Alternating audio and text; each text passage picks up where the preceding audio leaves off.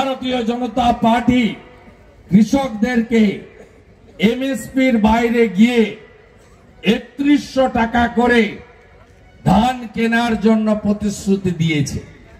তাই কৃষকরাও দুহাত ভরে বিজেপিকে জিতিয়েছে।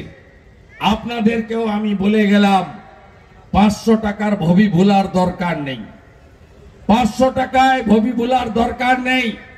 একদিকে ৫০০, অন্যদিকে ২৮ টাকার মদের পাউচ পাড়ায় পাড়ায়।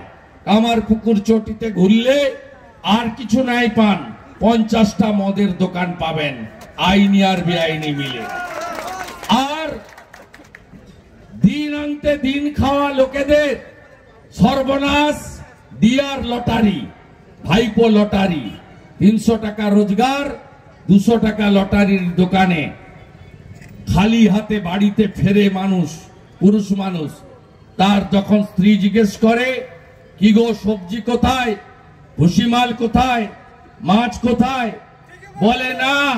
বলে না অপেক্ষা করো, এই যে দিয়ার লটারি কাটলাম না, এর ১ কোটি পাবো, একটু কষ্ট করো, ১ কোটি পেলে আমার আর কষ্ট থাকবে না।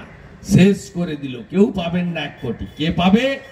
কেষ্ট মন্ডল, তার মেয়ে সুকন্যা। কে পাবে? নলহাটির টিএমসির এমএলএ রাজেন্দ্র সিং এর ভাই পাপ্পু সিং। কে পাবে? জোড়াসাঁকোর টিএমসির এমএলএ বিবেক গুপ্তার বউ। আপনি পাবেন না। এটা হচ্ছে ভাইপো লটারি। শেষ করে দিল বাংলাকে। চাষি সর্বশান্ত, বেকাররা কাঁদছে।